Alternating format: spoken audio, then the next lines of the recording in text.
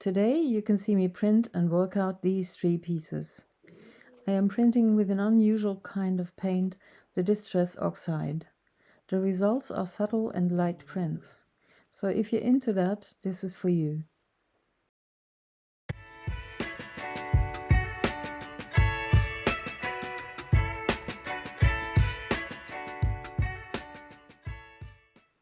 Hello print fans! I'm showing you again a piece of another video that I made printing watercolors, acrylics and inks. And this is the background I produced in that session and didn't use. I'm printing a photo on it using Distress Oxide and then I will work it out. Sped up, this is the process of printing that I showed you in part 1 of this video. You can watch it better if you see part 1. Here is the link. Also, you will see the printing with the Distress Oxide pads after this one, when I'm printing the Rhinos. This is a photo of the Brighton pier that a friend of mine made. I am printing this on its own as a test, then printing it onto my background with yet the same laser copy, meaning you can print more than one time with a laser copy if you are using Distress Oxide pads.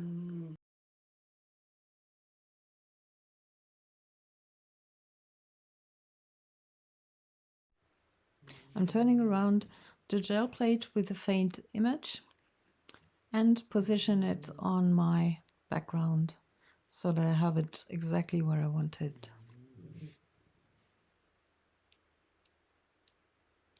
The result is pretty nice, but it's really very light and very faint, so I have to do some workout with this.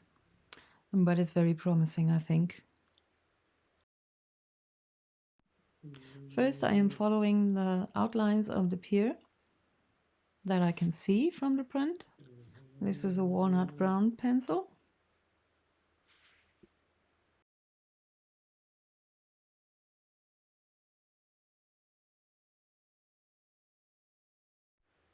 I'm thinking about how I do this. It's a shame really that it's not printed better. Maybe I should have used the first print of the laser copy. But there you are. So these colors remind me of a coaster that I made with the technique of the acrylic pouring. And that you can see the lacing is really nice, and I want to create something similar out of the gold spots that I have there. It's a bronze actually, and the blue paint up there. So I am creating sort of a hill here, or hills. And as it is a pier, of course, later I have to add some water somehow in the background. And yeah, but the first thing I do is work out the structures of the hills there. And I do that just by creating shadows, as I usually do. On the right, I have decided you can not see much of the pier anymore because there is some fog. And if that isn't a genius idea. Excuse me, I'm so vain. And here I'm trying to create that kind of a net or a lacing, as you call it in acrylic pouring. I'm trying to create that out of what the paint gave me. And what the paint gave me is just what I'm showing you again here, as I'm creating some more shadows and in the white paint structure. And it's really, I only notice these structures when I look at them real close. So painting or drawing, it's really what you see. It's not so much about a special talent. You can practice your talent if you just watch things, watch what the paint does, compare it to nature images you have in your head. If you're outside in the nature, watch the plants. Well, that's what I do all the time. I have decided that I want to add some more structures.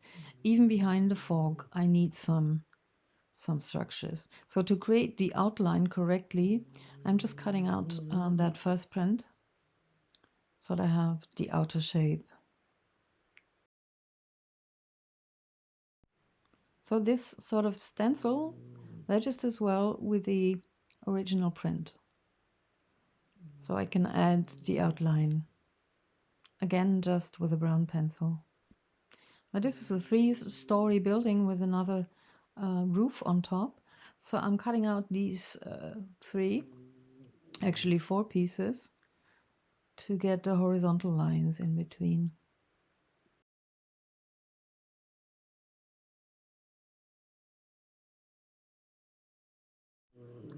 And holding each floor piece just beneath where I'm painting to fill in the lines.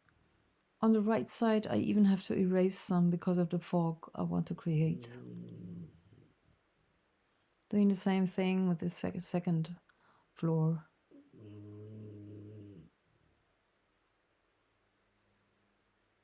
And these round structures are very important for that pier. I have to knock back some of the color up here, or else it would even have a 5th floor. So I'm just knocking this back.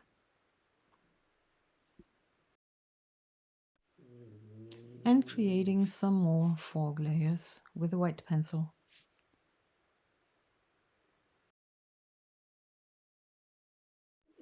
And I'm just giving a hint of vertical lines back behind the fog. Creating some more of that lacing. I wanted to say the lacing and the cells of the acrylic pouring, we like them so much because they remind of us of natural structures that there are. At least that's the reason why I love that technique of acrylic pouring. And with this painting, I really cannot tell you what these structures are standing for. Maybe there's some strange kinds of clouds. I could create some clouds, but somehow, sometimes I really like it when you don't really know what it is. So I'm drawing a horizontal line here. And I want to add some, this is an indigo blue pencil. It's a very dark blue and it's kind of grayish. And so I think that's perfect because I don't want the sea to pop out with a strong blue. I want it more like grayish. And here again, I have to draw the water between the fog lines that I made.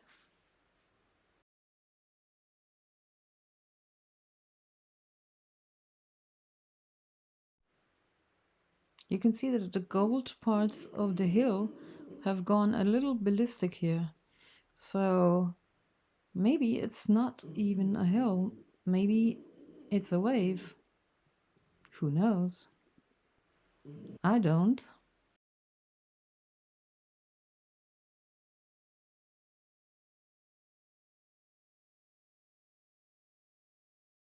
It looks like that old rotten pier still has a chimney that's smoking.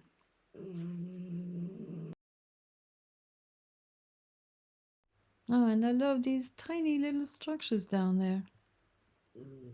So I'm creating some shadows for those.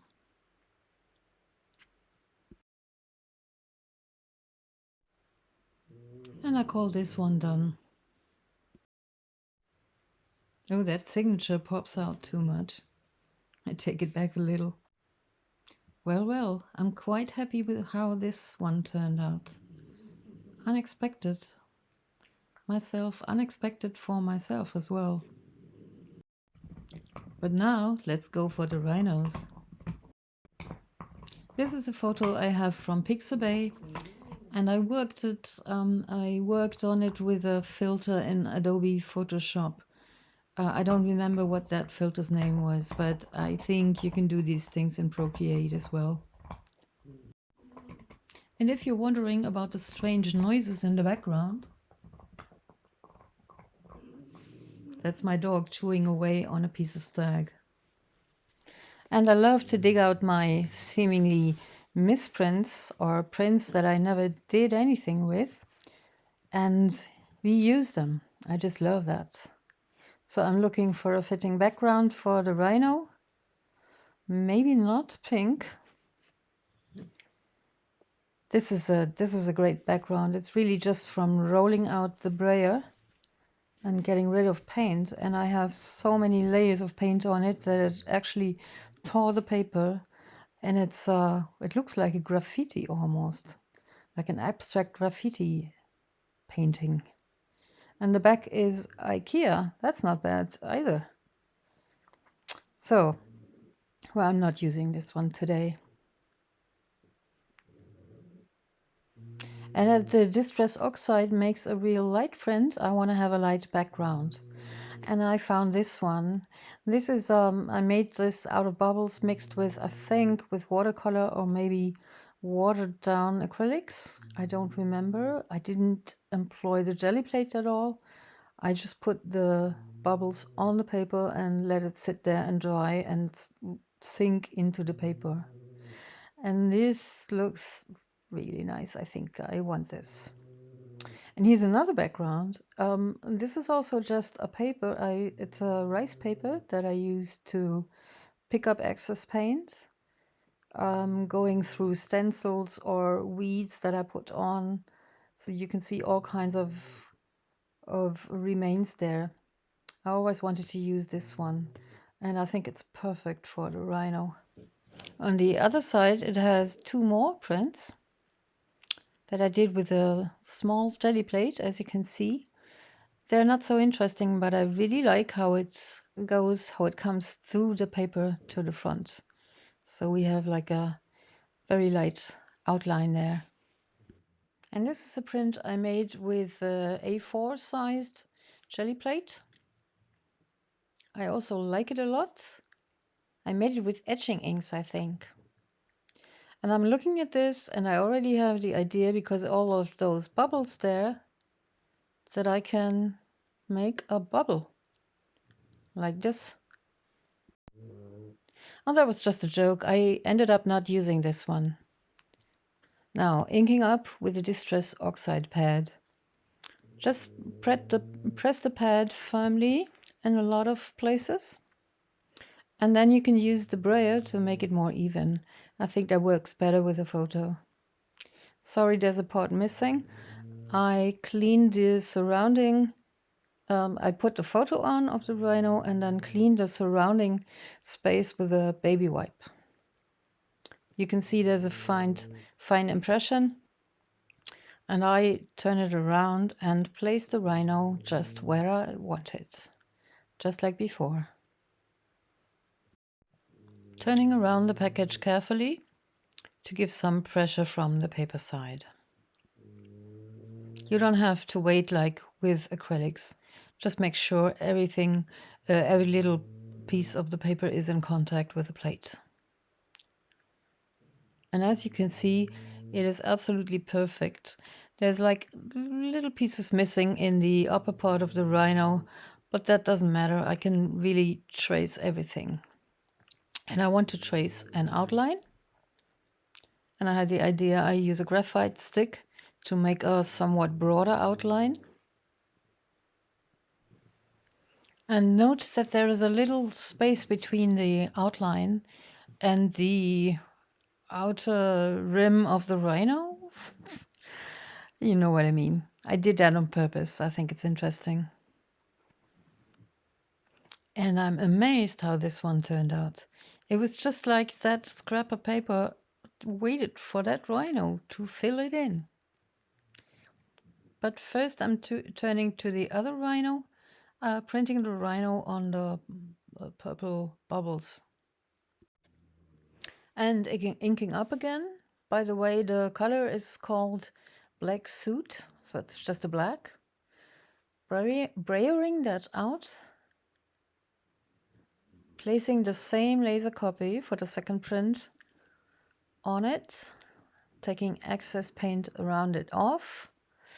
And also taking the rest of the paint off with a baby wipe.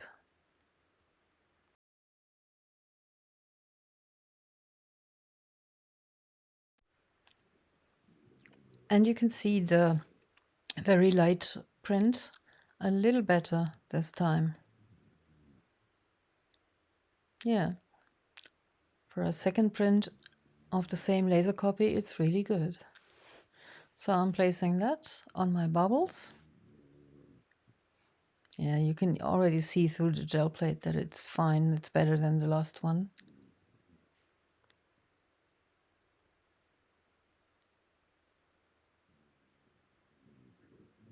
So nice. Love it. This time I'm making the outline with a black pencil. I don't want to have the same effect with a broad outline here.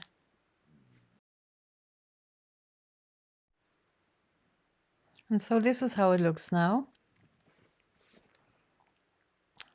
A little more work to do on it, but actually I want to start with the other one, with the workout.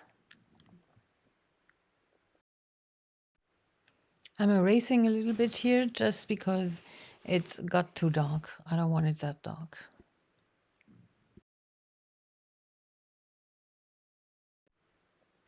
Whenever I have a creature, I start with working out the eyes, because that makes me relate to the animal. I don't know why. It's just the animal comes alive with the eyes, and it's just more fun when the eye is already there. Just look at that. There's so much texture there. The texture from the original photo, because a rhino always has a lot of texture, like elephants. And there's also, even from the back, from the other print, there is a pattern coming through that is also adding to the rhino's skin somehow. So this is not really the original photo, but I'm also working totally different structures in it. And I hope you know what I mean. It's just, this is so interesting in so many ways that I can hardly describe it. By the way, that red, I'm working on the red too. It's a little bit like, well, it is a little bit like blood. And I didn't mean that. I didn't think of that. But yeah, regarding the rhinos, sadly, this is fitting.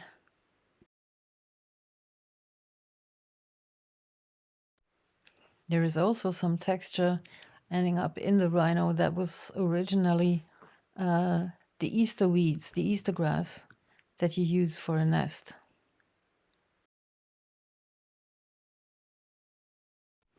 And the spaces between the grass, these round shapes, I can also use for the skin. I'm giving them some shadows. And this was just excess from red color I used with a letter stencil. And I'm actually giving those letters some shadows too.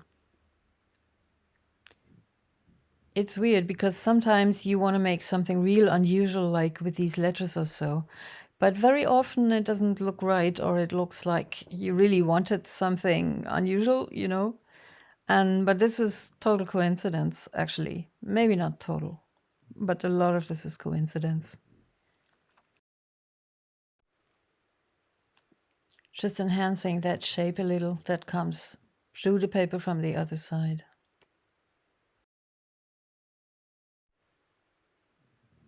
And I'm enhancing the structures from the Easter grass. You might have noticed before that this Chinese paper, rice paper, has a structure of its own, which even adds to the hundreds of structures I have here. So I'm following this a little bit.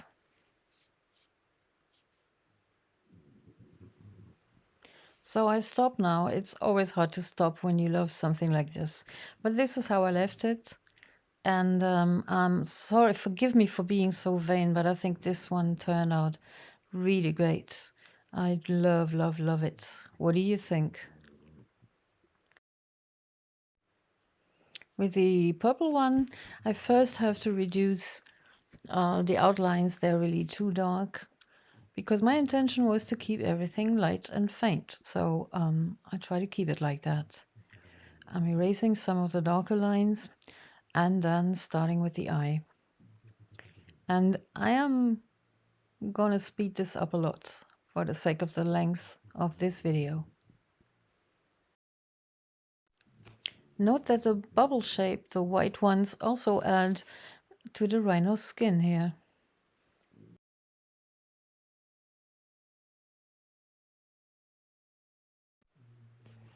I probably should try this whole process and the same rhino photo with acrylics for the darker backgrounds. What do you think? Would that be interesting? Tell me in the comments.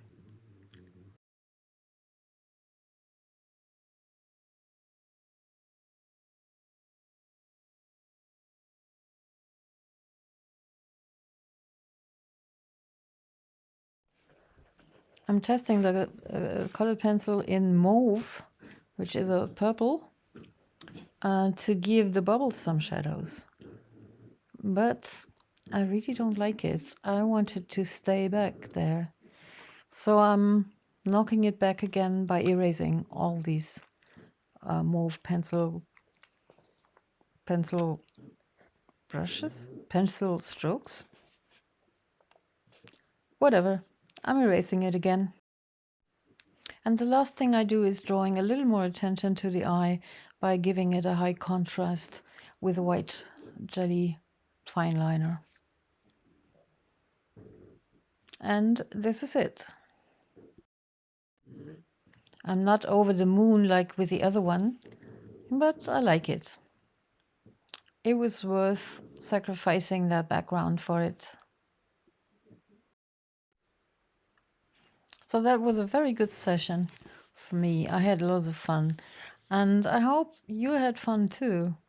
Tell me how you like these, and see you next week. Bye.